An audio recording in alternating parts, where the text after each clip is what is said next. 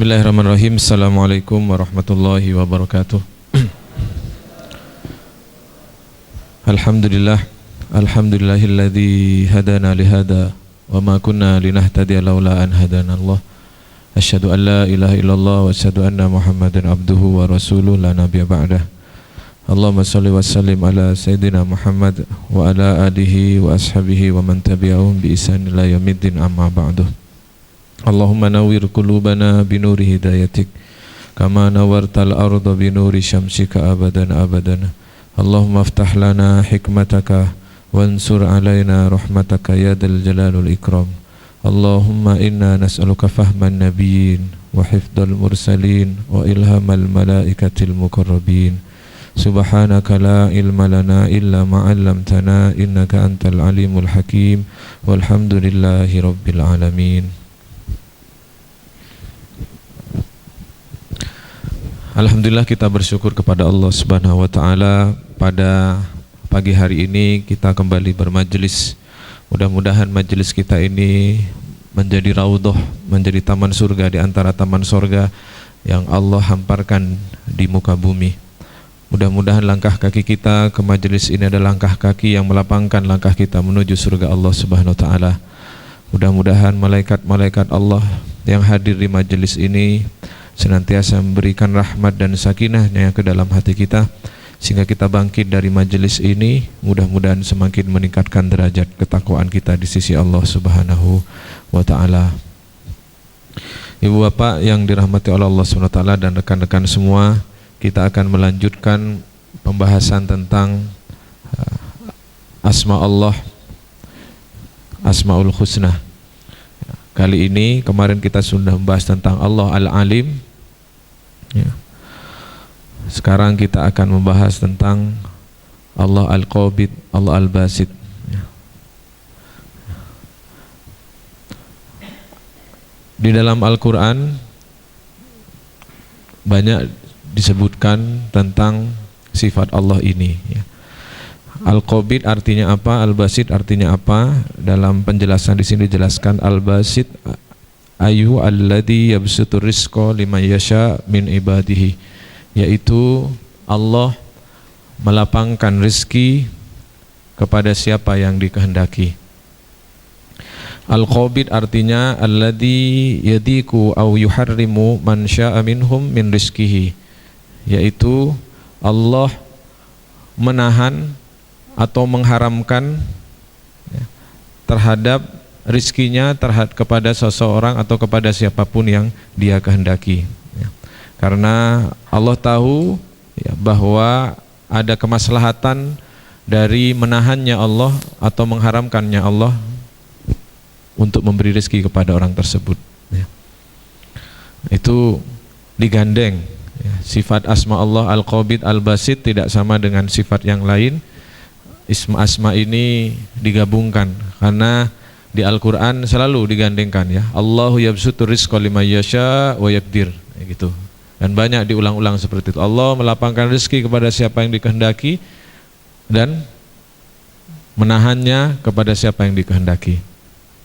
Nah, saudara sekalian yang dirahmati Allah Subhanahu wa taala, apa hikmah dari kita memahami betul-betul, merenungi betul-betul sifat Allah Subhanahu wa taala menyempitkan dan melapangkan rezeki ini? Hikmahnya adalah akan membuat kita bergantung sepenuhnya hanya kepada Allah Subhanahu wa taala ya. Sebagaimana dijelaskan di sini bahwa kalau Allah memberikan kelapangan rezeki kepada seseorang, itu adalah bagian Allah ingin menunjukkan nikmatnya kepada orang tersebut. Dan kalau Allah menyempitkan rezeki kepada seseorang, juga adalah bagian dari rencana Allah untuk kemaslahatan bagi orang tersebut. Meskipun orang tersebut mungkin belum memahami kenapa Allah menyempitkan rezeki saya, kenapa orang itu dibuat kaya oleh Allah, kenapa saya tidak kaya, kenapa orang itu mampu, kenapa saya tidak mampu, saya sudah berusaha keras, kenapa saya selalu gagal. Allah menyempitkan rezeki pada dikehendaki dengan tujuan sesuai dengan hikmah dan pengetahuan yang Allah miliki. Salah satu yang Allah jelaskan, yang Allah bocorkan kepada kita, kenapa tidak semua dalam hidup ini orang selalu rencananya selalu dikabulkan oleh Allah. Kenapa tidak semua keinginan-keinginan dicapai oleh Allah. Coba, tidak hanya di dunia, di sini saja dulu ya. Di sini mulai dari belakang sampai depan. Mau kaya? Nah, coba, mau kaya? Oh ya. Apa semua kaya? Nah, satu ruangan saja tidak menjelaskan. Kenapa? Allah jelaskan di sini. Walau basatallahu rizqa li ibadihi la baghaw fil ardi walakin yunazzilu biqadarihi may yasha. Seandainya Allah melapangkan rezekinya kepada semua orang atau semua permintaan manusia itu diberi oleh Allah SWT, seandainya manusia yang berdoa, ya Allah kayakan saya, dikabulkan oleh Allah semua. Seandainya semua orang yang berikhtiar itu dibuat sukses oleh Allah. Seandainya Allah tetapkan hukum bahwa kalau S1 kayanya segini, S2-nya kalau S2 itu standar kayanya segini, pendidikan S3 itu pasti kaya segini, Allah pastikan semua, dan semua orang akhirnya berebut ingin S3, S2 dalam pendidikan. Kalau Allah tetapkan kalau jadi pedagang itu pasti kaya, kalau Allah tetapkan menjadi motivator pembicara itu pasti kaya, kalau Allah tetapkan menjadi anaknya orang kaya itu juga pasti kaya, maka kata Allah SWT, la baghaw fil ardi, maka sungguh kalian itu akan melampaui batas di muka bumi. Pasti rusak alam semesta ini kalau semuanya orang menjadi kaya. Maka Allah menyempitkan, Allah melapangkan. Yang kita cita-citakan adalah tidak persoalan mau dilapangkan, mau disempitkan oleh Allah. Ya, karena Allah sudah berfirman juga di dalam Al-Quran, ya, Allah membenci, Allah menegur satu kelompok orang yang menjadikan kekayaan atau kemiskinan sebagai standar kedekatannya dengan Allah SWT. Allah menegur, fa'amal insanu idza mabtalahu rabbuhu fa'akramahu wa na'amahu fayaqulu rabbi akraman, ya. Wa amal insanu idza mabtalahu faqadara alaihi rizqahu fayaqulu rabbi ahanan, ya. Allah menegur orang-orang yang kalau lapang kasih rezeki dia bilang, ini Allah muliakan saya, ini Allah sedang memberi nikmat ke saya, ini Allah sedang menyayangi saya. Lalu kemudian ketika Allah sempitkan rezekinya, dia berkata, Allah sedang murka ke saya, Allah sedang jauh dari saya, Allah sedang tidak suka sepertinya kepada saya. Allah tegur orang yang mengukur kedekatannya dengan Allah dengan kekayaannya. Tidak. Kurang apa? Rasulullah SAW bahkan minta disempitkan rezekinya dalam doanya. Ya Allah, golongkan saya termasuk orang miskin dan bangkitkan saya bersama orang miskin. Jadi bukan ukuran, ya. Yang kita inginkan adalah kalau sudah jelas pasti bahwa Allah yabsutur rizqa liman yasha wa yaqdir, Allah melapangkan dan menyempitkan rizki, tidak ada hubungannya dengan usaha, tidak ada hubungannya dengan ikhtiar, tidak ada hubungannya dengan kemampuan kita, tidak ada hubungannya dengan kalau bapak saya miskin pasti saya miskin, atau sebaliknya kalau bapak saya kaya pasti saya kaya, tidak ada hubungannya. Kalau kita paham itu, yang kita inginkan adalah justru dimanapun Allah letakkan kita melihat Allah SWT yang mengatur hidup ini, dan kita yakin bahwa itu adalah yang terbaik dari Allah Subhanahu wa Ta'ala. Itu yang paling kita inginkan. Nah, mau gimana? Ya. Sudah jelas ketentuan dari Allah SWT. Allah tidak pernah dipaksa oleh kedudukan. Allah tidak pernah dihalangi oleh kalau bapak saya kaya, orang tua saya kaya, Allah kemudian terhalang untuk memiskinkan saya. Tidak bisa. Atau sebaliknya, kalau bapak saya miskin, ibu saya miskin, kemudian Allah terhalang, bingung, ya apa ya cara arek iki cek kaya. Tidak bisa. Nah, yang kita dambakan sebagai seorang mukmin, target kita adalah mengenal Allah. Target dari Al-Qabid Al-Basit ini, mengenal Allah yang maha melampangkan, yang menyempitkan. Kemudian kita jadi tahu bahwa segala sesuatu yang terjadi dalam hidup kita, urusan lapang dan sempitnya hidup kita ini bukan karena kita, tapi Allah yang maha mengatur. Nanti kita akan baca salah satu hikam, ya. Syekh Nutailah menyampaikan urusan Al-Qabid Al-Basit ini dalam hikamnya yang ke-91. Nah, saudara sekalian dirahmati Allah, Allah jelaskan. Saya menjelaskan pertama tentang Kalau Allah lapangkan, Allah sudah jelaskan. Hikmah luar biasa di surah tadi saya sebutkan, surah Al-Surah ayat 27 ya. Bahwa kalau Allah lapangkan semua pada kalian ya, pasti rusak ya. Pasti kalian melampaui batas di muka bumi ini ya. Pasti. Ini hikmahnya apa ya? Hati-hati terhadap orang yang sedang dilapangkan ya. Ya. Bahwa kalau kemudian berlebihan ada potensi dia melampaui batas ya. Dia melampaui batas karena dunia yang dilapangkan, yang dibeberkan di hadapannya. Nah, kepada juga yang miskin juga begitu. Likaila ta'sau 'ala ma fatakum wa la tafrahu bima atakum, supaya kamu tidak bersedih juga ya. Kalau Allah jelaskan yang ngatur ini, yang melapangkan temanmu, yang membuat temanmu lebih sukses daripada kamu, atau yang sebaliknya kamu lebih berhasil dari temanmu, bukan kamu, Allah. Allah yang ngatur masing-masing. Sehingga nanti ada ceritanya ya, ini harus susah, kemudian ini harus sempit, ini harus lapang. Kemudian ada ceritanya, kemudian Allah menghendaki pahala kepada orang yang lapang ini, karena dia lapang, dia punya uang, dia bantu temannya. Maka muncullah satu catatan pahala bagi orang yang lapang ini karena dia membantu yang miskin. Lalu yang miskin itu juga begitu, karena dibantu kemudian dia mengangkat tangannya, ya Allah terima kasih, lapangkan rizkinya. Maka Allah berkehendaki kepada yang miskin ini satu kebaikan pula, yaitu mendoakan saudaranya saat saudaranya tidak mendengar dan saudaranya tidak tahu. Dan Allah memberikan pahala, memberikan balasan sama kepada orang yang miskin ini. Allah sedang mengatur semuanya. Coba kalau kaya semua, bingung ya kan? Nurul Hayat nanti Ramadan kaya semua ya, kaya semua misalkan. Enak enggak kalau banyak orang kaya di Surabaya bagi Nurul Hayat? Enak, zakatnya masuk ya, sedekah masuk. Mas datang datang, saya mau zakat, mainnya enggak tanggung-tanggung 10 juta, 20 juta begitu. Enak, oh nampung, omset naik. Apakah begitu? Enggak, setelah itu ayo salurkan zakatnya, bingung mau nyalurkan kemana ya. Anak-anak Kepki didatangi, Mas saya mau nyalurkan zakat ke sampean. Kata anak Kepki, maaf Pak saya sudah kaya, begitu ya. Saya bukan mustahik ya. Bahkan kalau perlu saya bantu bangun, kurang apa ini fasilitas Nurul Hayat ini, begitu ya. Maka Allah hadirkan siapa yang lapang, saya miskin. Lalu kemudian orang yang menatap, meyakini Al-Qabid Al-Basit ini, dia bergeser dari dia terlalu bangga ketika dia kaya, atau dia terlalu sedih, jatuh kepada kerisauan saat dia dalam kesempitan, dia bergeser menjadi melihat Allah Subhanahu wa taala ya.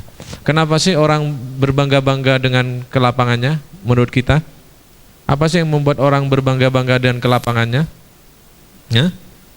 Yaitu dia menganggap kelapangannya itu hasil usahanya sendiri. Itu. Selama dia menganggap itu hasil usahanya, pasti kita akan lihat orang ini. Ya mungkin kita akan lihat.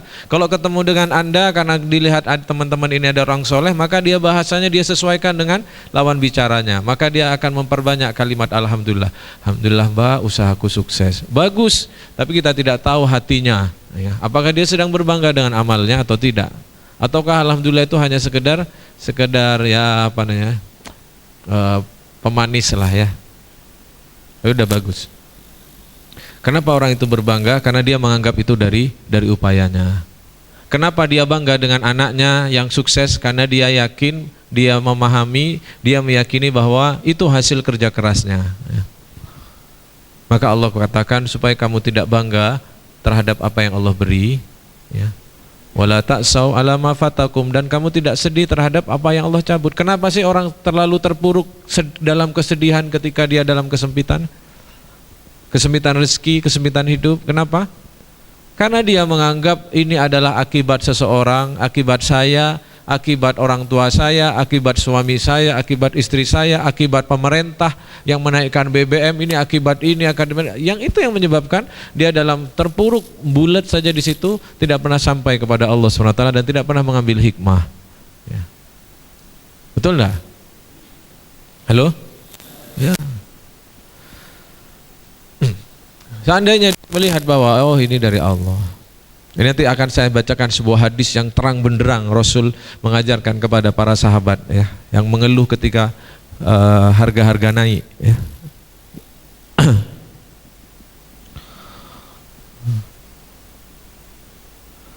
Kalau kita sudah tahu yang melapangkan, yang mengatur, yang menyempitkan adalah Allah, harapannya yang kenapa sih Allah tunjukkan di dalam Quran? Bahkan saya bacakan ayatnya, banyak disebutkan di dalam Al-Quran, berkali-kali bahkan ya, dengan ucapan yang hampir mirip ya. Satu surah Ar-Ra'd ayat 26, Allah yabsutur rizqa liman yasha wa yaqdir. Allah melapangkan rizki kepada siapa yang dikehendaki dan Allah menyempitkan. Wa farihu bil hayatid dunya, dan mereka semua bergembira dengan urusan dunia mereka. Wa mal hayatud dunya illa, bukan ya. Wa mal hayatud dunya fil akhirah illa mata ya. Dan tidaklah kehidupan dunia itu dibanding akhirat itu kecuali sedikit saja ya. Kecuali tipuan saja ya. Di ayat yang lain Allah menyebutkan surah Al-Isra ayat 30, Inna rabbaka yabsutu rizqa liman yasha wa yaqdir innahu kana bi'ibadihi khabiran basira. Sesungguhnya Allah melapangkan dan menyempitkan kepada siapa yang dikehendaki. Sesungguhnya Allah kepada hambanya Maha mengetahui, Maha menyaksikan. Kul, katakan, surah Saba ayat 36.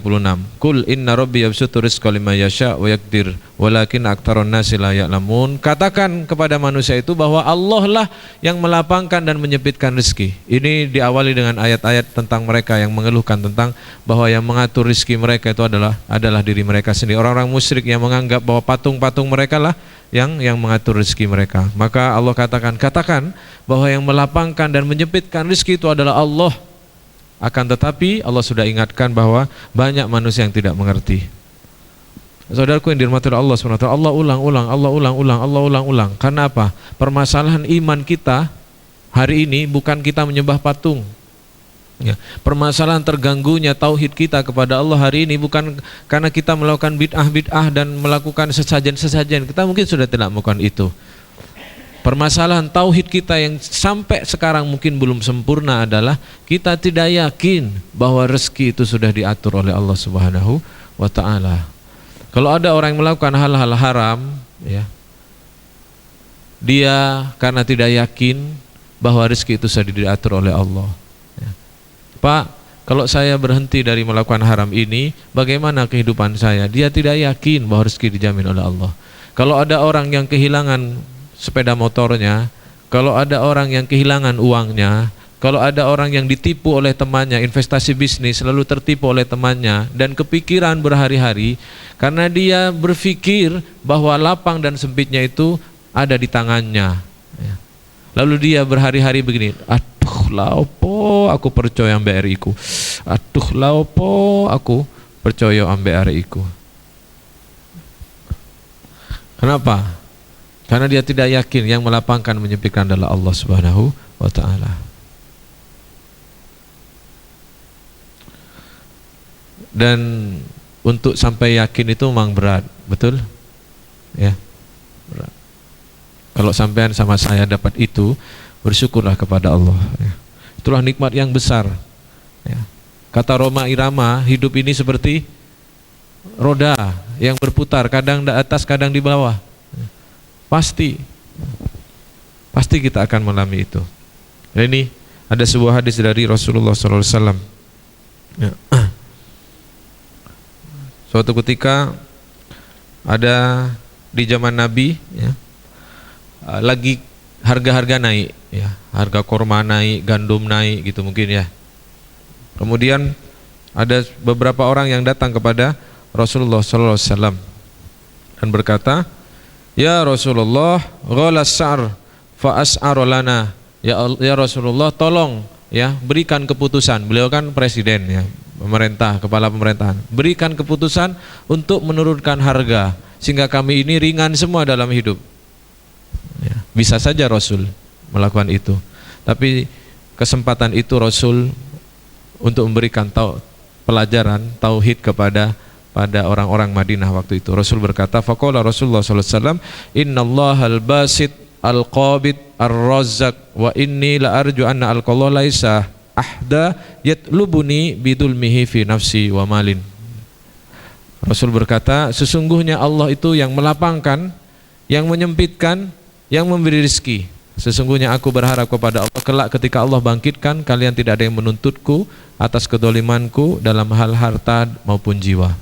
Maksudnya apa? Rasul menjelaskan begini, ya, bahwa gini, pelajaran hadis ini luar biasa begini ya. Sahabat-sahabat waktu itu yang datang kepada Rasul melihat dalam kacamata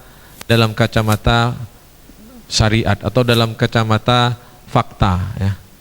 Harga naik, jelas pengeluaran tambah besar. Karena pengeluaran tambah besar, tabungan-tabungan berkurang, ya kan? Yang biasanya bisa makan enak ini turun standar, ya kan? Sama hari ini juga begitu, harga naik, standar makanan turun, ya. Jajan yang biasanya seminggu sekali kuliner, ya turun. Ya. Yang kulinernya ke sana dalam ruangan ber-AC agak maju ke kaki lima, ya kan?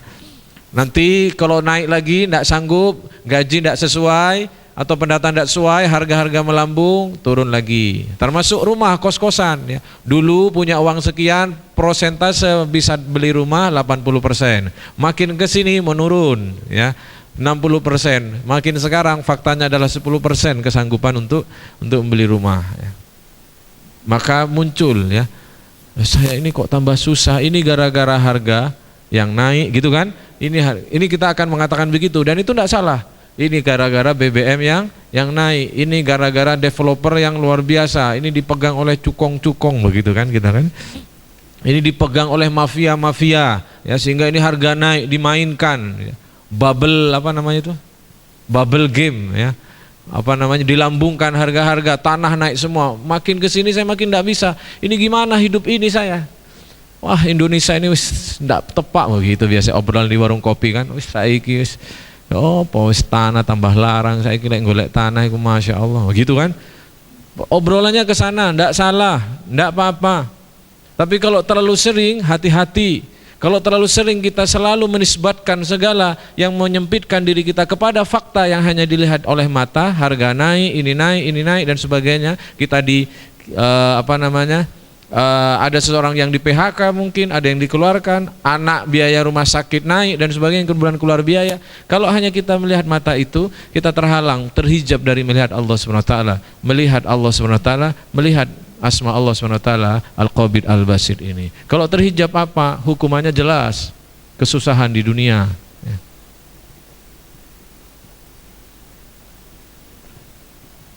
Wa man a'rada an dzikri fa innahu ma'isyatan dongka.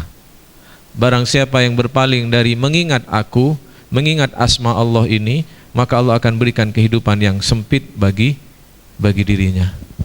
Ya jelas. Terlalu sibuk dengan makhluk-makhluk, menganggap penyebabnya ini, menganggap penyebabnya pimpinan saya, menganggap penyebabnya Pak Jokowi, perusahaan. Boleh dalam tataran syariat, dalam tataran ikhtiari, tapi hati tidak boleh terisi hal-hal kayak begitu, tidak boleh. Maka orang-orang datang ya. Apa salahnya sih datang kepada Rasulullah sebagai pengambil kebijakan? Ya Rasul, harga naik semua ini, orang ngawur ini, orang jualan ini, kami tidak sanggup, tolong atur lagi harga.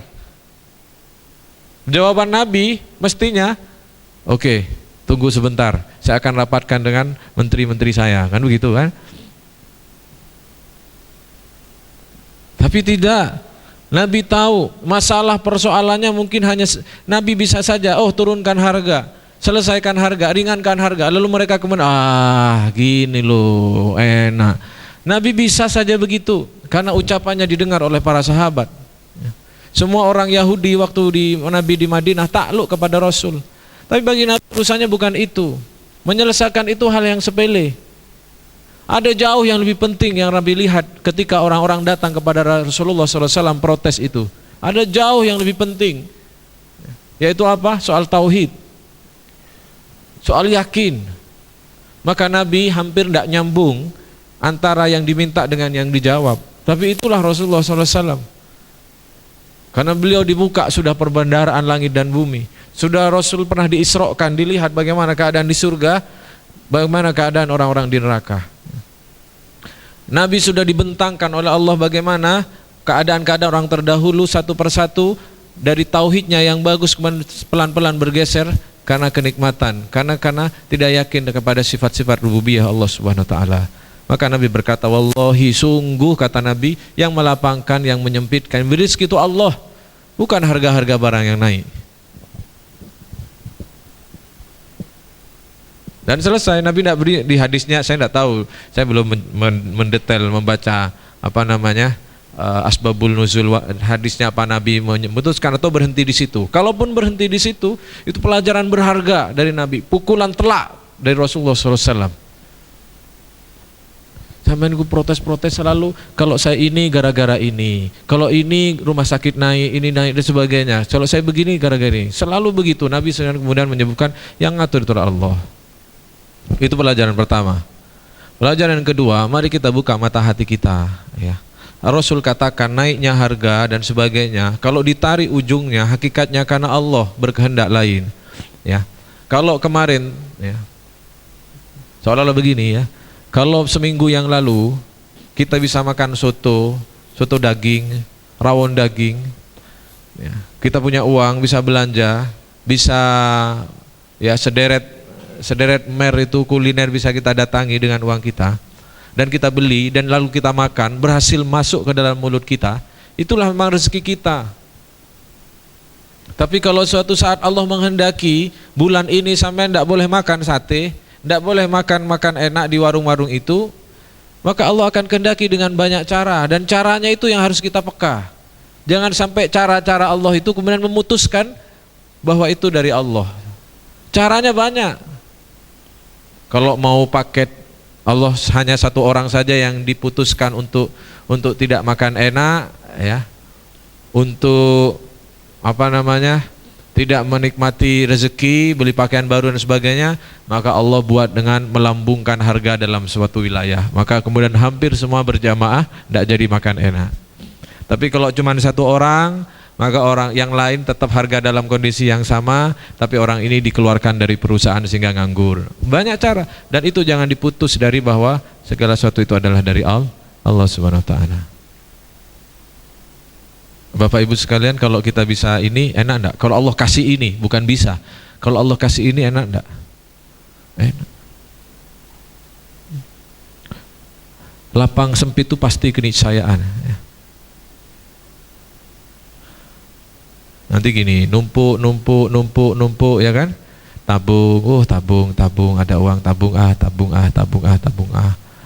jeder, ternyata kena anak sakit, jeder, kena orang tua sakit, mau tidak mau saya harus mengeluarkan uang. Tabungan saya yang saya tabung bertahun-tahun ini habis sehari untuk biaya rumah sakit.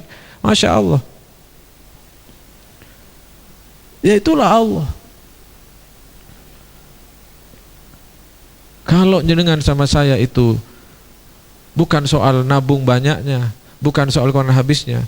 Setiap di mana Allah letakkan, mau di lapang, mau di dalam keadaan sempit, Allah masih menghadapkan hati kita kepada Allah, cukup. Yang repot itu meskipun sampean lapang, kalau hati tidak dihadapkan oleh Allah, tidak dihadapkan diri kita oleh Allah, dan Allah tidak berkenan menghadapkan keagungannya kepada hati kita, justru kenikmatan itu justru akan menghancurkan kita.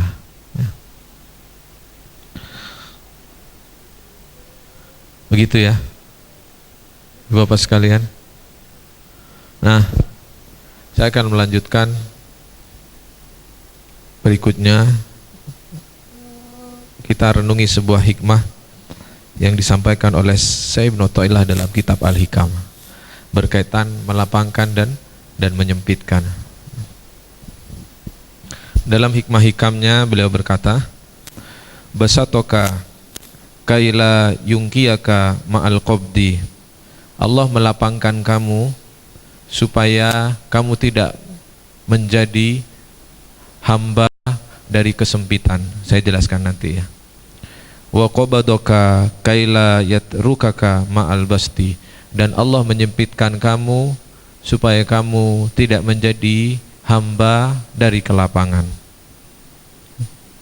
Wa akhrajaka anhuma, dan Allah mengeluarkan kamu dari keduanya, kadang disempitkan kadang dilapangkan, kaila takuna lisai'in dunahu, supaya kamu tidak menjadi milik siapapun kecuali hanya milik Allah Subhanahu wa ta'ala. Ini hikmah ini dalam sekali. Allah tarik kamu dari kesempitan. Kemarin sempit, kemarin susah, tahun lalu susah, sekarang Allah lapang. Supaya apa? Kamu tidak menjadi hamba atau tidak menjadi milik kesengsaraan atau kesempitan. Maksudnya begini ya. Ada orang yang soleh lagi waktu miskinnya ya. Kalau lagi sempit, banyak hutang, Masya Allah, tahajudnya luar biasa. Ya Allah, hutang saya, ya Allah, lunasi, lunasi, lunasi. Ya Allah, besok orang itu lagi, orang brewoan, gede, tukang tagihnya datang lagi, ya Allah. Kemarin anak saya sudah nangis karena diweten-weteni orang itu, ya Allah. Tolong ya Allah. Khusyuk kan? Bagus? Bagus. Pas dikasih lapang, bisa jadi dia lupa berdoa kepada Allah. Ya. Gitu. Ada orang kayak begitu enggak? Ada. Ada yang sebaliknya. Ketika dikasih kelapangan, kecukupan, dia ngasih infak, sedekah, ya, nyantai, ya, enggak kepontal-pontal, enggak kena urusan harus ngirim ke sini, ke masjid bisa, sholat bisa, sedekah bisa. Ini orang lapang nih. Maka suatu saat, ya, maka dia kemudian dalam keadaan lapangnya dia melihat, ya Allah, Allah kasih rezeki ke saya. Cerita ke teman, ya Allah, Allah sudah kasih rezeki saya. Ini belum tentu. Bisa jadi ini milik kelapangannya. Maka Allah coba tes, cabut, Allah letakkan kepada kesempitan. Nah, ada orang yang ketika ditarik kepada kesempitan, sama seperti ayat tadi itu. Ketika dia ditarik kesempitan, dia berkata, aduh, salah saya salah apa ya Allah? Saya kok begini? Salah saya apa? Waktu saya kaya saya sudah berbagi, zakat saya keluarkan. Nah, Allah tarik dari salah satu, kadang Allah tarik dari kita dari kelapangan, kadang dalam hidup ini baru saja kemarin kita gembira, sekarang sudah nangis. Kemarin nangis, kita senang hari ini.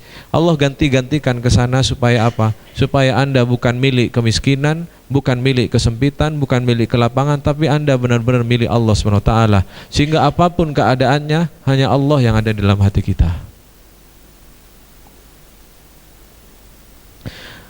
Ya.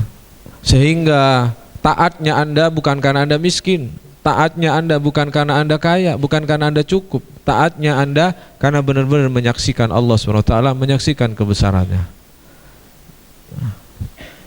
Dan ini yang menjadi cita-cita kita semua. Ayo coba. Sekarang yang hadir di sini yang bercita-cita kaya, kalau sudah dapat jelas kayak begini, gimana? Mau apa sampean? Apakah cita-cita kita pasti dijamin? Enggak.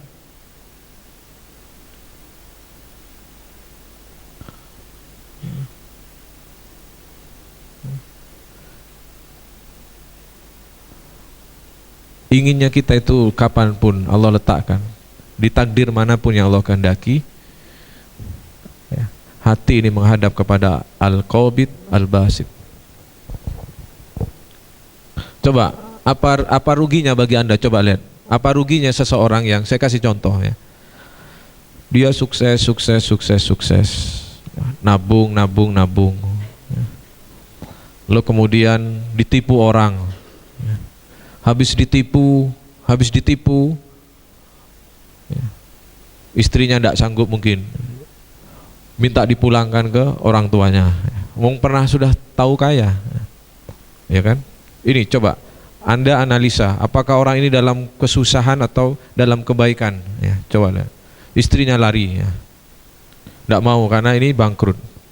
Terus kena vonis sakit orang ini juga. Yang dulu pakai asuransi rumah sakit kelas ini sudah enggak sanggup bayar premi, berhenti asuransinya, BPJS. BPJS itu kelas berapa yang paling bawah? 3A. Yang obatnya itu mungkin mau sakit perut, mau sakit gigi sama misalnya. Umplungan itu. Lalu dia dalam sakitnya, ya Allah, dia menyaksikan Allah, ya Allah, yang dia lihat hanya betapa luar biasa Allah SWT. sesuatu yang diupayakan oleh makhluk bertahun-tahun, dalam waktu sekejap, cep, Allah bisa rubah. Dan dia tidak benci kepada Allah. Melihatnya bahwa itu dari Allah, tidak sampai kemudian dia, engkau ini yang mengatur, bukan. Dia kemudian, ya Allah, engkau maha kuasa. Kalau urusan ini saja sanggup engkau, maka engkau lebih sanggup seseorang yang soleh, nanti di akhirat engkau masukkan dalam neraka, engkau lebih sanggup. Engkau sanggup membuat orang yang awalnya maksiat, lalu engkau masukkan ke surga, engkau jauh lebih sanggup juga. Kalau urusan apa yang saya tumpuk ini mudah bagimu, maka hal yang lain juga mudah. Ya Allah, kemudian dia, ya Allah, saya tidak pernah merasakan kedekatan denganmu seperti saat saya terbaring di rumah sakit seperti ini. Kemudian dia berkata, ya, dia sudah sering mengucapkan la haula wala quwata illa billah, tapi ucapan la haula wa quwata illa billahnya kali ini itu sudah mengalir mulai dari ujung rambut sampai ujung kakinya, sudah merasuk ke dalam seluruh jiwanya. Dia berkata, la haula wala quwata illa billah, tidak ada kekuatan kecuali kekuatan darimu ya Allah. Ini dia la haula itu dia sudah sering mengucapkan, tapi kali itu makna hakikat intisari, ya, santan dari la haula wa quwata illa billah benar-benar dia rasakan. Dan tidak semua orang diberi hal yang ini, ya. Dan tidak semua orang ketika mengucap la haula kemudian masuk ke dalam hatinya. Butuh energi. Banyak orang yang mengucapkan la haula tapi hanya sampai ke tenggorokannya, dan Allah beri saat itu saat dia diterbaring sakit, saat istrinya menjauhinya, saat orang-orang menganggap, duh kasihan ya, ketipu ya, duh dosa apa ya orang ini ya, kok disiksa Allah bertubi-tubi kayak begitu. Ini kan omongan manusia kan biasanya begitu kan. Ya, Nabi Ayub ya, sakit tak badan masih tidak masalah, sakitnya hati luar biasa beliau. Sudah diisolir ke pinggiran kota, ditaruh pinggirnya tempat sampah. Kalau istrinya mau beli makanan tidak ada yang mau ngelayani, takut ketularan.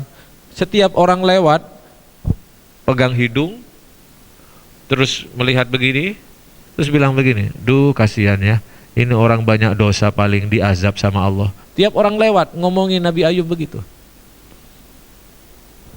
Pernah enggak kita diuji kayak begitu? Nah, sekarang saya tanya kepada orang yang tadi, orang ini sedang diberi nikmat atau sedang disiksa oleh Allah SWT, sedang dijauhkan oleh Allah, kasih nikmat. Nah, persoalannya hati ini terhalang dari melihat itu, ya. Hijab kita terhadap itu memang begitu tebal, ya. Pikiran ini untuk berpikir bahwa ini sebabnya ini sebabnya ini, sudah diajarkan oleh orang tua kita, oleh guru sejak kecil, bahwa kalau kamu ingin kaya kamu harus usaha, ya kan? Kamu harus sukses, kamu harus berhasil. Pelajaran ikhlas, pelajaran menerima takdir, pelajaran ridho kecil dalam hidup kita.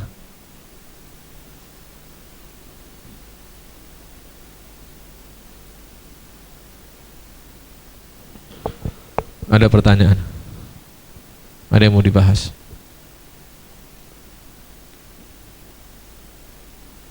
Nggak ada ya? Itu pasti. Saya katakan wallahi pasti, ya. Kadang sempit, kadang lapang, itu pasti, ya. Dan kalau orang yang sudah bertahakkuk, ya, tahakkuk itu melihat Allah saja, ya, tidak melihat yang lain, maka mau disempitkan, mau dilambangkan, terserah Allah. Dia hanya menjaga mutiara, ya, lentera cahaya dalam hatinya. Yang dia jaga pokoknya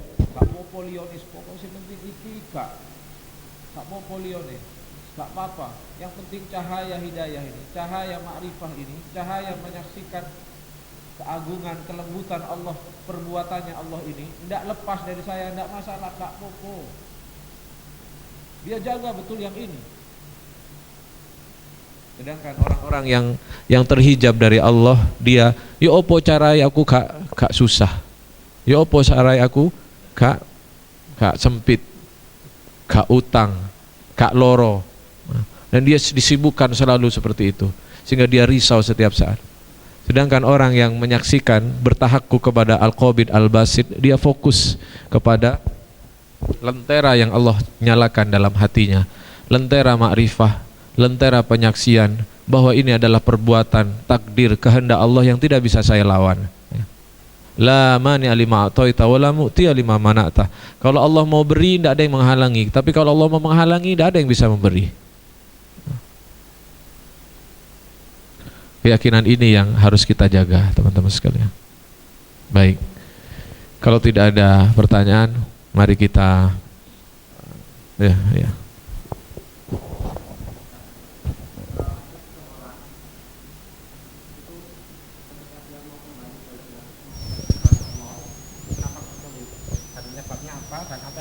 Dia lakukan. Assalamualaikum warahmatullahi wabarakatuh. Ini Ustaz, saya mau bertanya satu pertanyaan. Ada sebuah kisah bahwa ada seseorang, ada manusia yang ini ingin kembali ke jalan Allah, ingin kembali menuju hijrah ke jalan Allah lagi, tapi di awal perjalanan dan di tengah-tengahnya itu dia tuh merasa kayak kok sulit banget gitu. Nah, penyebabnya apa Ustaz? Dan apa yang harus dilakukan? Terima kasih jawabannya. Wassalamualaikum warahmatullahi wabarakatuh. Waalaikumsalam. Ya, di firman Allah SWT, Allah berfirman nih, ahasiban nasu ayyutraku ayyakulu amanna wahum la yuftanun. Apakah manusia mengira Allah akan membiarkan seseorang itu yang mengatakan saya ini sudah beriman, ya, padahal dia belum diuji, ya. Sudah Allah jelaskan, iman harus ada pembuktian. Sebelum-sebelumnya ujiannya subhanallah, ya. Sebesar apa ujiannya? Nabi sudah menjelaskan. Ujian terbesar yang dialami tingkat-tingkat. Ujian terbesar dialami oleh para rasul. Ujian berikutnya dialami oleh orang-orang soleh, dan terus sesuai dengan kesolehannya. Persoalannya saya ingin katakan, jangan melihat ujiannya, ya. Jangan melihat besarnya ujiannya. Kalau hati ini masih dipegang oleh Allah, tidak peduli ujian itu justru menjadi pemantik, ya. Kalau seolah-olah kalau tidak ada ujian itu, kita jalannya pakai jalan kaki. Tapi kalau Allah berikan ujian itu, seolah-olah kadang ujian itu bisa menjadi kendaraan yang mempercepat langkah kita untuk mendekat kepada Allah Subhanahu wa Ta'ala, ya. Nih, ada sahabat-sahabat yang mu'alaf, ya, masuk Islam, kadang Allah uji rezekinya, betul? Allah uji dengan keluarganya, ya. Lalu kemudian kalau Allah mau, dan itu yang harus kita doakan, bukan ujiannya. Jangan sampai minta begini, ya Allah, saya jangan diuji ya, gitu. Jangan sampai. Kalau tidak diuji, tidak naik-naik iman kita nanti, ya. Yang kita inginkan itu adalah beri kekuatan, ya. Beri kekuatan saat saya diuji oleh Engkau. Kalau Allah sudah berikan kekuatan, mau apa? Ya kan? Sebesar ujian, apapun ujian. Teman saya kembali cerita ke teman yang mu'alaf tadi. Kalau Allah kemudian Allah tarik rezekinya, Allah keluarkan dari perusahaannya, kemudian dia terpuruk ekonominya, lalu membuat dia tahajudnya makin khusyuk, membuat dia tangannya terangkat dan memahami betul, ya Allah ini ujian dari Engkau. Apa masalahnya ujian itu bagi dia? Apa kita akan katakan dia kasihan? Atau justru kita katakan sungguh? Mungkin lisan kita katakan, duh kasihan ya. Atau justru ruh kita sebenarnya, atau malaikat Allah mengatakan selamat, Allah telah mempercepat langkahmu menuju Allah SWT melalui kendaraan ujian yang Allah berikan kepadamu. Persoalannya bukan ujiannya. Betul enggak? Iya. Sekarang gini, kalau saya misalkan, ya, kalau saya ditugaskan untuk datang ke Jakarta, ada dua orang, ya, sampean sama saya, jenengan sama saya. Jenengan diminta untuk datang ke Jakarta, ya. Saya diminta untuk datang ke Singapura, ya. Menempuh perjalanannya lebih berat mana, saya atau jenengan? Lebih berat saya kan? Tapi sampean miskin, tidak punya kekuatan, tidak punya uang, mobil tidak punya, ongkos tidak punya, beli tiket tidak punya, sehingga sampean ke Jakarta naik sepeda motor, ya. Saya punya uang, tinggal gesek, tinggal buka Traveloka, pesen tiket ke Singapura. Enak mana? Saya sama jenengan? Nah, enak mana? Enak saya, karena saya punya kekuatan. Saya punya kekuatan. Artinya apa? Jarak yang jauh, beratnya perjalanan, kalau Allah menemani, sedangkan Allah sumber kekuatan, tidak masalah. Sekarang pertanyaan saya, siapa yang berani menjamin ketika Bilal ditimpuk dengan batu, ya, ditimpuk dengan batu, kemudian dia sedang dalam keadaan susah? Siapa yang bisa menjamin? Ya. Satu ayat yang menjelaskan tentang ayat ini turun untuk menjelaskan tentang seorang wanita yang dengan kasat mata wanita ini diuji, ya, Ibunda Sumayyah, mujahidah pertama, ya, syahidah pertama, ibunya Ammar bin Yasir, ketika disiksa di Mekah, ya, ditarik, siksaan terakhirnya adalah beliau, mohon maaf, ditusuk dengan pelepah kurma dari kemaluannya sehingga beliau meninggal dunia. Ya. Dalam ayatnya Allah tampakkan saat beliau dalam keadaan tersiksa begitu, Allah tampakkan surga kepadanya. Allah tampakkan malaikat salamun yang berkata salamun alaikum bima sabartum fa ni'ma uqbaddar. Ya. Malaikat yang datang kepadanya, salam kepadamu wahai Sumayyah, ya, atas kesabaran kamu, lihatlah nikmat-nikmat Allah yang Allah janjikan kepadamu. Maka saat itu, ya, belum masuk surganya, hanya lihat surganya saja tidak terasa. Itu rasa sakit ujian yang diterima beliau. Jangan itu Pak, ya, jangan itu. Allah tampakkan kepada seseorang satu makhluknya yang indah, yang menyenangkan, yang asik dilihat, itu nggak kerasa kok ngiris jari, betul? Halo? Ceritanya siapa? Nabi Yusuf. Hasya Allah, ma hadza basyara. Ya. Ini bukan manusia. Ganteng bingit gitu. Ini bukan manusia, ini malaikat. Duh, ganteng banget, sambil ngiris tangan. Tidak kerasa ujian sakitnya. Hanya ditampakkan satu makhluknya Allah, buatannya Allah. Lalu bagaimana kalau Allah tampakkan, ya, sifat keagungannya, kemuliaannya bukan di mata kita tapi dalam hati kita. Allah tampakkan Ar-Rahman sehingga menyesap ke dalam kita maknai Rahman itu. Allah tampakkan Al-Latif sehingga tampak dalam kita bagaimana lembutnya Allah mengatur hidup kita. Bisa jadi kayak cewek-cewek itu, Masya Allah, ya Allah, besar sekali, agung sekali Engkau ya Allah, Engkau maha luar biasa, sempurna sekali skenariomu kepadaku ya Allah. Begitu. Kalau Allah telah tampakkan, ya, kalau bahasanya Allah telah membuka hijab, bukan melihat zat Allah, ya. Kalau di dunia kita tidak akan melihat zat Allah akan dilihat di surga. Tapi kita akan melihat keagungan perbuatan Allah Subhanahu wa taala. Apa persoalannya, ya kan? Saya ngasih contoh tadi. Panjangnya perjalanan, susahnya perjalanan, bukan soalnya panjangnya, tapi kita tidak punya bekal. Sampai tidak punya bekal, naik sepeda motor, uang tidak punya, makannya di mana? Saya, ya, di dompet ada. Masuk ke pesan pesawat, masuk ke airport, ke tempat makan yang pil nggak enak saya bisa. Kenapa? Saya punya kekuatannya. Jadi persoalannya bukan panjangnya perjalanan, ya. Yang kita minta ke Allah agar hati ini diberi kekuatan. Ada pertanyaan lagi? Ya.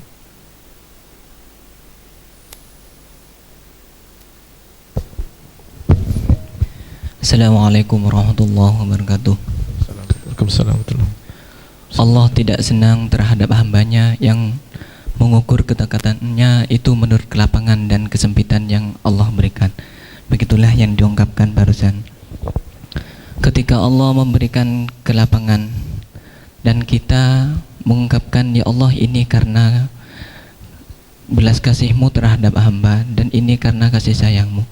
Ketika Allah memberikan kesempitan pada kita, ya Allah, ini karena rasa cinta-Mu juga pada hamba. Begitu Ustaz. Kalau yang demikian itu kurang baik menurut apa yang disampaikan tersebut. Terus bagaimana adab kita terhadap Allah atas apa yang diberikan kepada kita? Terima kasih. Kalau yang seperti ini dengan sampaikan, bagus. Ya Allah, saya lapang ini karena nikmat kebaikan-Mu. Ya Allah, saya sempit ini karena Engkau mungkin tahu bahwa ini lebih baik bagi saya. Itu bagus. Ya tadi kan gitu. Yang keliru itu adalah di ayat tadi. Kalau lagi dikasih nikmat, Allah ini ngasih saya nikmat. Ini Allah saya hati-hati loh ya. Saya ini spesial loh di sisi Allah. Saya ini diservis terus oleh Allah.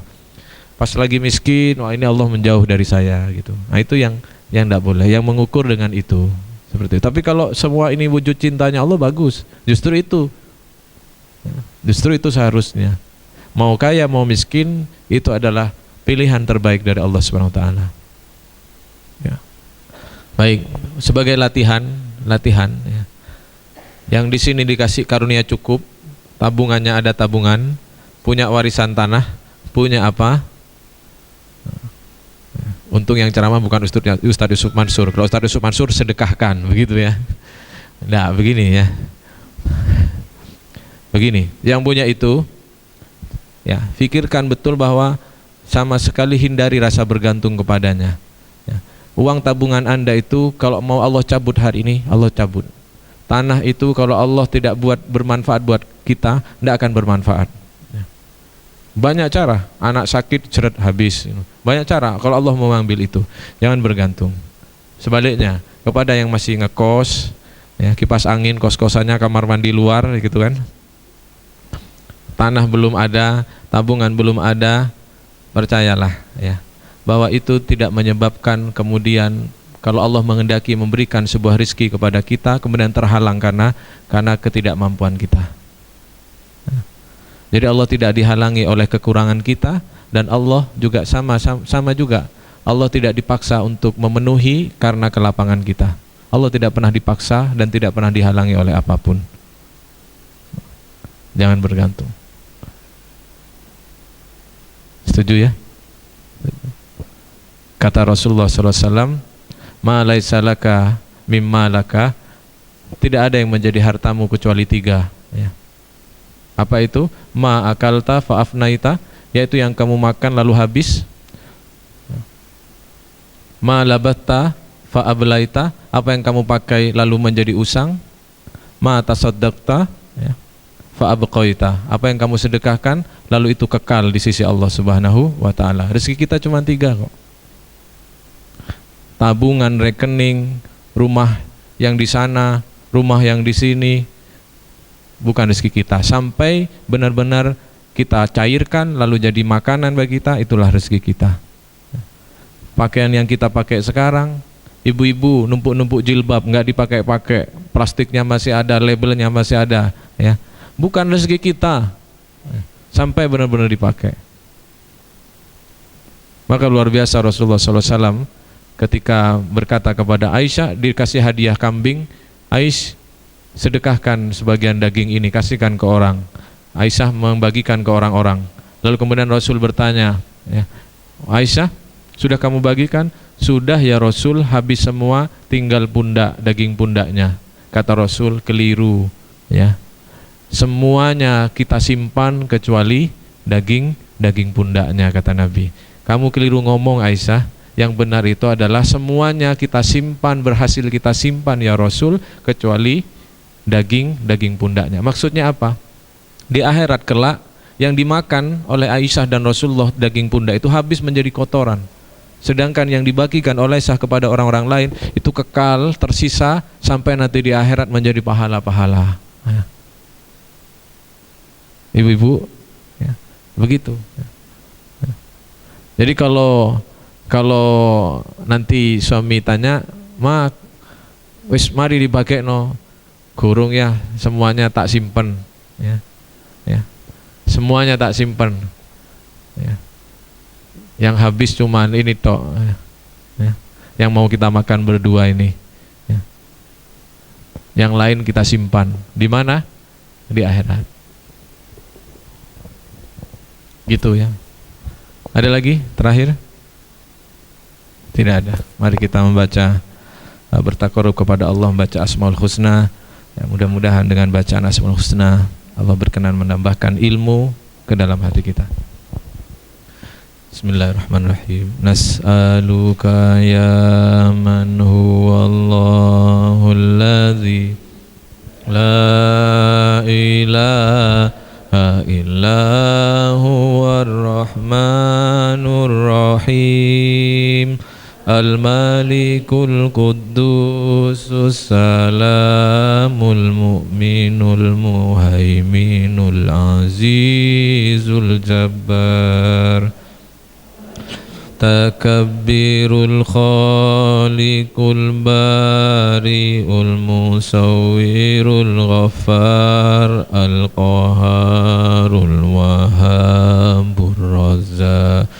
الفتاح العليم القابض الباسط الخافض الرافع المعز المذل السميع البصير الحكم العدل اللطيف الخبير الحليم العظيم الغفور الشكور العلي الكبير الحفيظ المقيت حسيب الجليل الكريم الرقيب المجيب الواسع الحكيم الودود المجيد البعيد الشهيد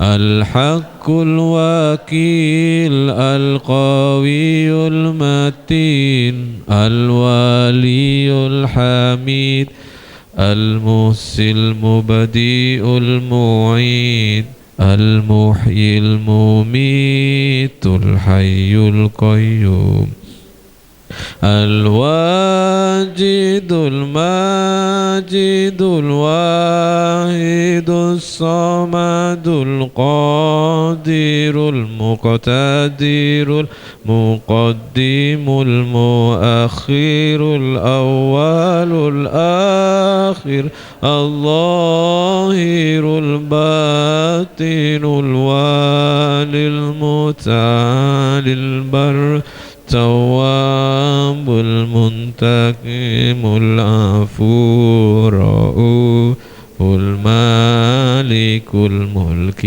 ذو الجلال والإكرام المقسط الجامع الغني المغني المانع ضار النافع النور الهادي البديع الباقي الوارث الرشيد الصبور الذي ليس كمثله شيء وهو السميع البصير اللهم صل أفضل الصلاة على أسعد المخلوقات كسيدنا محمد وعلى آله وصحبه وسلم عدد معلوماتك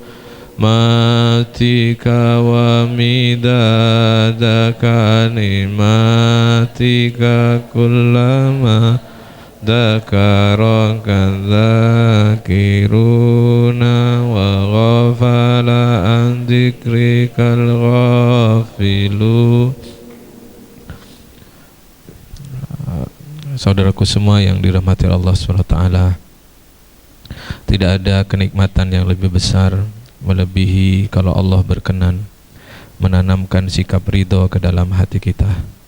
Kalau Allah memberikan sikap ridho terhadap semua takdir yang Allah berikan, maka tidak ada yang menyusahkan kita, tidak ada yang membuat hati kita sempit. Setiap takdir yang Allah berikan kita jalani dengan ridho, sebagaimana orang-orang solih, sebagaimana Rasulullah, sebagaimana orang-orang yang dipilih oleh Allah SWT. Orang-orang yang ridho dan berhasil terhijab, terbuka hijabnya, menyaksikan kebesaran Allah, menyaksikan hikmah-hikmah di balik takdir yang Allah berikan kepadanya, maka saat dia berada dalam kelapangan, kelapangannya tidak akan menyusahkan dia, kelapangannya tidak akan menyesatkan dia, kelapangannya tidak akan menjauhkan dia dari Allah. Justru kelapangannya menjadi bahan bara api untuk bermunajat kepada Allah, untuk senantiasa takut jangan sampai kelapangan harta, rizki yang bertumpuk dalam dirinya justru kelak menjadi siksa di akhirat. Orang-orang yang diberikan kesempitan, kemiskinan, kekurangan oleh Allah SWT, orang yang ridho dan berhasil bersamaan dengan itu, dibuka hijab bermakrifah kepada Allah Al-Qabid Al-Basit, maka kemiskinannya seperti hari raya, terpuruknya dia menjadi sebuah hidangan dari Allah SWT, jatuhnya dia dalam kekurangan justru seolah-olah Allah menarik dia untuk lebih cepat mendekat kepada Allah. Tidak ada yang rugi, tidak ada yang salah kepada orang-orang yang Allah telah berikan hati yang ridho, Allah berikan kemampuan bermakrifat kepada Allah SWT.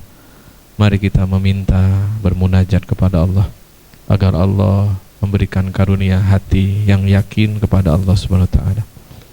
Bismillahirrahmanirrahim. Allahumma salli wa sallim ala Sayyidina Muhammad walhamdulillahi rabbil alamin. Allahumma a'inna ala dzikrika wa syukrika wa husni ibadatik. Allahumma inna nas'alukal huda wat tuqa wal afafa wal ghina. Rabbana zalamna anfusana wa illam taghfir lana wa tarhamna lanakunanna minal khasirin. Ya Allah ya Rabbi, kami semua mengangkat kedua tangan kami di hadapan-Mu, memohon belas kasih-Mu, menghadapkan diri kami di depan pintu rahmat dan pintu ampunan-Mu. Ya Allah, kami mengetuk pintu rahmat-Mu. Ya Allah, hari ini kami mengetuk pintu ampunan-Mu. Ya Allah, kami menghibah di hadapan pintu-Mu. Ya Rabb, ampuni kami semua ya Allah. Hamba hina ya Allah. Kami semua hina ya Allah. Kami semua zalim di hadapan kemuliaan-Mu, di hadapan keagungan-Mu. Ya Allah, kami semua miskin, kami semua fakir di hadapan kekayaan-Mu. Engkaulah yang maha kaya. Ya Allah ya Rabbi, kami semua lemah, tidak berdaya di hadapan Engkau yang maha kuat. La haula wala quwata illa billahil aliyil azim. Kami semua bodoh ya Allah, kami semua bodoh. Karena kebodohan kami sering mengeluh terhadap takdir yang tidak kami inginkan. Karena kebodohan kami sering suudzon kepadamu ya Rabb.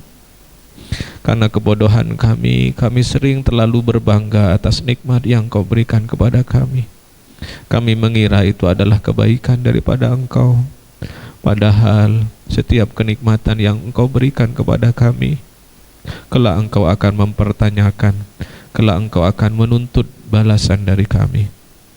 Ya Allah ya Rabbi, kami bodoh ya Allah, sehingga kami sering mengeluh terhadap takdir-Mu. Kami bodoh ya Allah, sehingga kami sering terlalu menuntut apa yang bukan menjadi hak kami. Kami bodoh ya Rabb, Engkaulah yang maha tahu apa yang terbaik bagi kami. Ya Allah ya Rabbi, karuniakan kami takdir yang Kau ridhoi. Ya Allah, karuniakan kami hati yang ridho. Karuniakan kami hati yang ridho. Karuniakan hati kami hati yang ridho, hati yang tawakal, hati yang pasrah ya Allah. Karuniakan ke dalam hati kami keyakinan kepada-Mu ya Rabb. Hati yang bergantung hanya kepada-Mu ya Allah. Hati yang hanya berharap kepada-Mu ya Allah, tidak berharap kepada yang lain, tidak bergantung kepada yang lain. Hadapkan hati ini setiap saat hanya menghadap, melihat keagungan-Mu, melihat kelembutan takdir-Mu, melihat keagungan-Mu, melihat kebesaran-Mu ya Rabb. Tidak ada yang lain. Ya Allah, jangan serahkan diri kami kepada diri kami sendiri.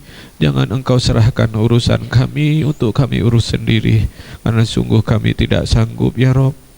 Sudah terlalu banyak urusan-urusan hidup kami yang terbengkalai, urusan-urusan tanggung jawab kami yang tidak kami sanggup menjalankan. Maka tolong kami ya Allah, tolong ya Allah.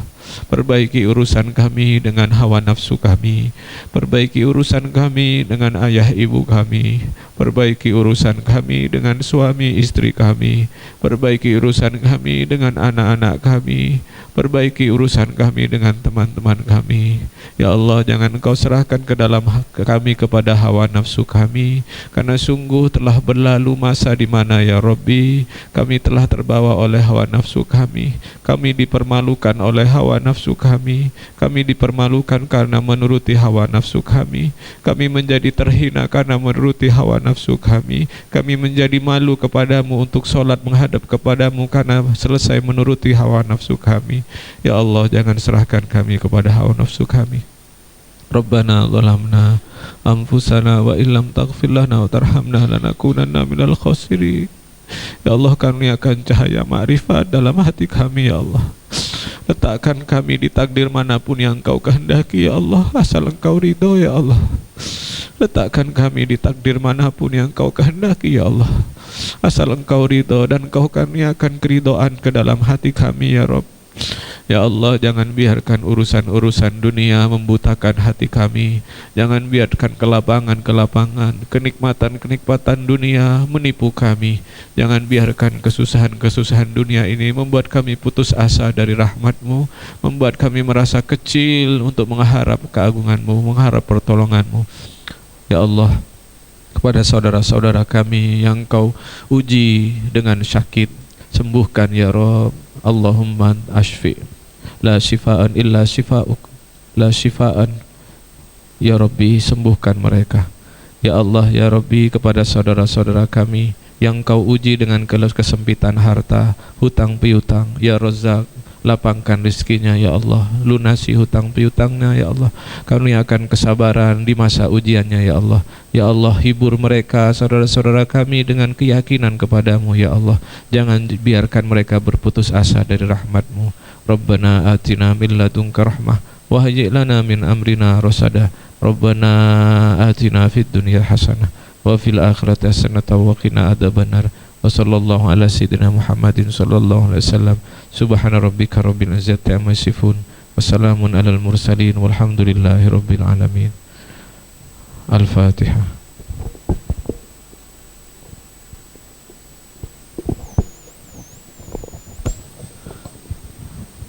Sekian Bapak Ibu sekalian, kita tutup dengan kafarah majelis. Subhanakallahumma bihamdika asyhadu an la ilaha illa anta astaghfiruka wa atubu ilaik. Assalamualaikum warahmatullahi wabarakatuh.